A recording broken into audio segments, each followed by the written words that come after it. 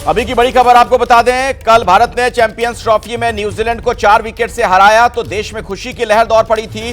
Team India की इस जीत का जश्न मनाया जाने लगा, लेकिन इंदौर के महू में जश्न में खलल पड़ गया, जिससे जुड़ी बड़ी खबर मैं आपको दे दूं। इंदौर के महू में हिंसा से जुड़ा बड़ा अपडेट है। आगजनी की तस्वीरें भी सामने आ गई हैं।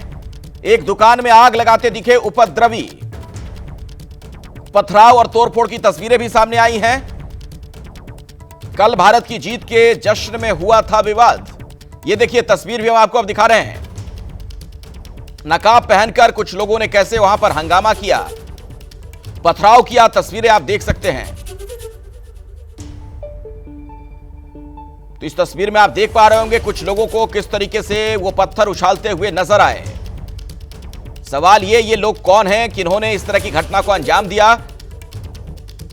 तो भारत की जो जीत हुई थी चैंपियंस ट्रॉफी के फाइनल में, उसके बाद देश भर में खुशी का माहौल था, उमंग का माहौल था, लेकिन कुछ लोगों को शायद ये बात नागवार गुजरी। आप देखिए किस तरीके की घटना को अंजाम दिया गया। आगजनी करते हुए उपद्रवी नजर आए। पथराव और तोड़फोड़ की जो तस्वीरें सामने आई हैं वो हम आपको दिखा रहे हैं। आगजनी करते हुए भी कुछ लोगों को आप देख सकते हैं। तो इंदौर के महू में हिंसा हुई है, उसी से जुड़ा ये बड़ा अपडेट। और जो वीडियो अब सामने आ रहे हैं उसमें आप कुछ उपद्रवियों को देख सकते हैं। ये जो इस वक्त आप तस्वीर देख रहे हैं, वहां पर आग लगी हुई थी, कुछ लोग उसमें सामान रख रहे थे, सामान इस तरह से डाल रहे थे ताकि वो आग और भड़के। और ये पथराव करते हुए कुछ लोगों को आप जरा देखिए, नकाब पहनकर पत्थर फेंकते हुए नजर आए ये लोग। देश भर में टीम इंडिया की जीत का जश्न मनाया जा रहा था। दूसरी तरफ मध्य प्रदेश के इंदौर जिले के महू में तनाव फैल गया। हिंसा पर बीजेपी की प्रतिक्रिया सामने आ गई है। सांसद मनोज तिवारी ने कहा कि ऐसा लगता है कि जीत से देश में कुछ लोग खुश नहीं हैं। तो बीजेपी के विधायक रामेश्वर शर्मा ने एक बेतुका बयान दे दिया। है कुछ उपद्रवी लोग हैं जो भारत में रहते हैं, लेकिन भारत को हराना चाहते हैं, भारत की जीत नहीं देखना चाहते हैं, भारत की जीत पे जश्न नहीं देखना चाहते हैं। तो उन लोगों का इलाज होगा। मध्य प्रदेश सरकार पक्का इन लोगों को देखेगी और बहुत जल्दी चिन्हित करके प्रत्येक व्यक्तियों को जो ऐसा करे हैं उनको कड़ी आपराधिक नियम में उनको पनिश करना चाहिए। आप अपने बेटा बेटी की शादी करते हो तो आतिशबाजी करते हो, तो भारत जीतता है तो उसकी आतिशबाजी से नफरत क्यों करते हो? और अगर तुम्हें इन पटाखों से नफरत है तो डॉक्टर मोहन यादव की सरकार के डंडे के पटाखे खाने पड़ेंगे। सवाल कई हैं और उसी पर बातचीत करने के लिए मेरे साथ ब्रिज गोपाल लोया जुड़ गए हैं। आप प्रवक्ता हैं भारतीय जनता पार्टी के, और कांग्रेस के मुकेश नायक भी इस वक्त मेरे साथ जुड़ चुके हैं। आप दोनों का बहुत बहुत स्वागत है। और पहला सवाल आप ही से ब्रिज गोपाल लोया जी, कौन लोग हैं, कौन है उपद्रवी, कुछ पता चल पा रहा है? पुलिस प्रशासन ने कुछ और जानकारी दी हो आप लोगों को?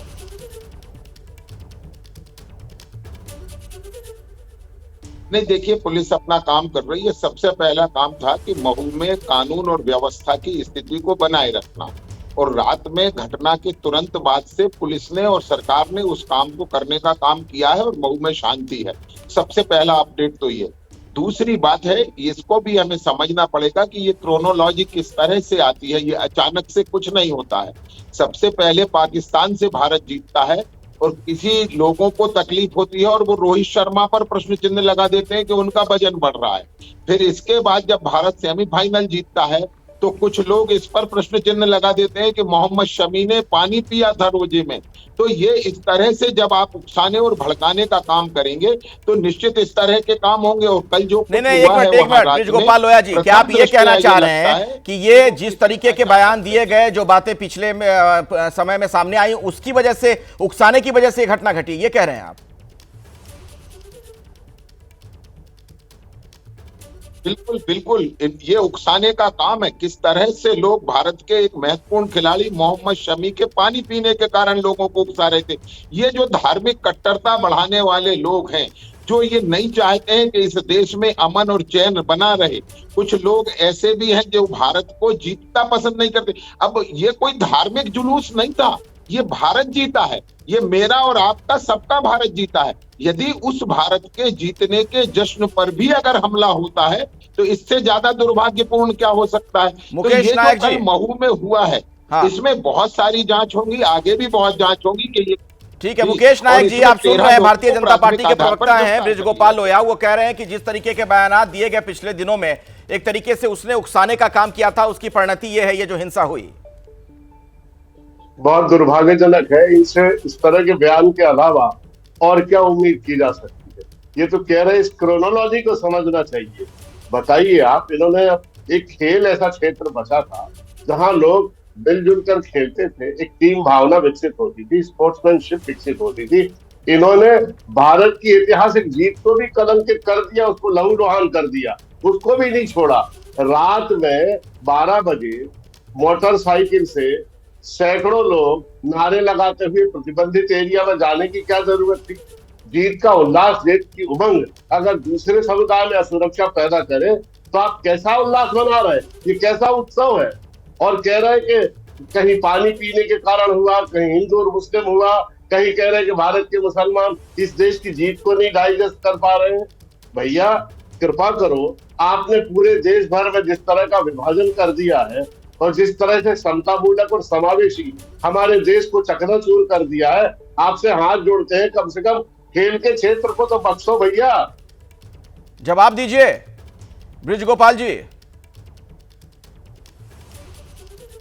नहीं, मैं फिर से कह रहा हूं आलोक जी, मैंने कहीं मुसलमान नहीं कहा, मगर ये मुसलमानों को बदनाम करने का काम भी कांग्रेस पार्टी करती है। और एक बात मैं फिर से कह दूं, ये कह रहे हैं प्रतिबंधित क्षेत्र, और दूसरा शब्द इस्तेमाल किया कि मुसलमान असुरक्षित महसूस कर रहे हैं। अरे जिन मुसलमानों को भारत की जीत के समय जश्न में शामिल होना चाहिए, वो असुरक्षित क्यों महसूस कर रहे हैं?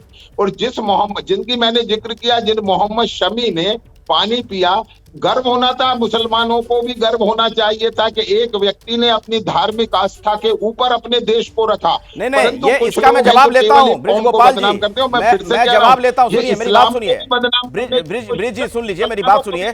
जो ये प्रतिबंधित वाली बात मुकेश नायक कह रहे हैं, उसका मैं जवाब बिल्कुल लूंगा कि इसका क्या मतलब। ये तो हिंदुस्तान की जीत है ना, इसमें हर किसी को शरीक होना चाहिए। इसमें कोई प्रतिबंधित क्षेत्र हिंदुस्तान में कैसे हो सकता है? कोई आइलैंड तो है नहीं कोई यहां पर। उस पर मैं उनसे जवाब लूंगा, लेकिन मुझे इस बात का जवाब पहले आप दीजिए। सरकार की क्या जिम्मेदारी है, पुलिस प्रशासन की क्या जिम्मेदारी है? आप लोग वहां सत्ता में हैं, इस तरह की घटना क्यों घट गई? पुलिस कहां थी?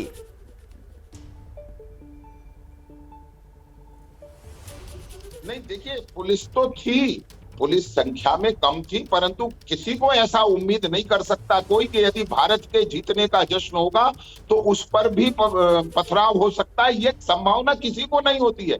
यदि देखिए धार्मिक जुलूस होता तो फिर भी इस बात की चिंता होती कि कहीं इस तरह का मामला ना हो जाए, मगर जब भारत जीतता है तब इसकी कैसे अपेक्षा की जा सकती है? और एक बात और कहता हूं, असुरक्षित महसूस करने का क्या है? यदि ये देश जीता है तो इसमें किसी को असुरक्षित नहीं होना चाहिए। जवाब दीजिए, मैं जवाब देता हूं। नहीं, ये पॉइंट आपका अहम है, इसका जवाब मुकेश नायक जी आप दीजिए। इसमें असुरक्षित कोई कैसे महसूस करने लगेगा? टीम इंडिया जीती है, हिंदुस्तान की जीत है, उसका जश्न मनाया जा रहा है। और आपने एक नया शब्द जोड़ दिया कि प्रतिबंधित क्षेत्र में जाने की क्या जरूरत थी। इसमें प्रतिबंधित क्षेत्र का क्या मतलब हो गया? प्रतिबंधित क्षेत्र से मेरा आशय है, मैं दो भागों में इसका उत्तर दूंगा।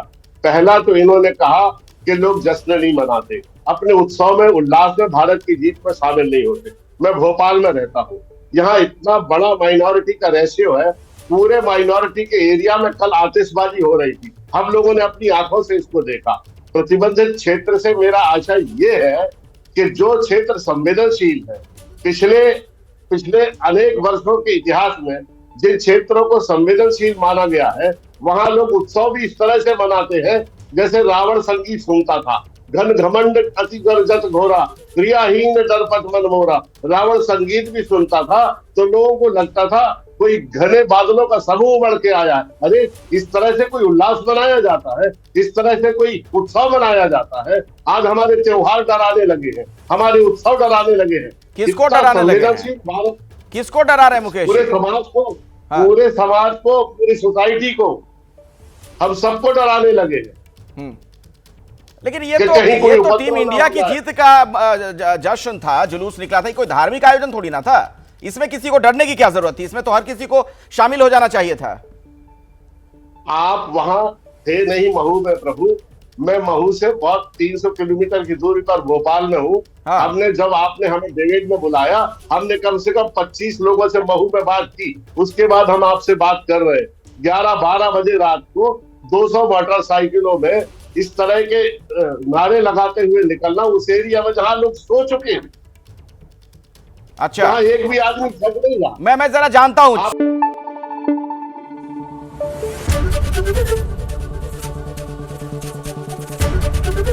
एबीपी न्यूज आपको रखे आगे।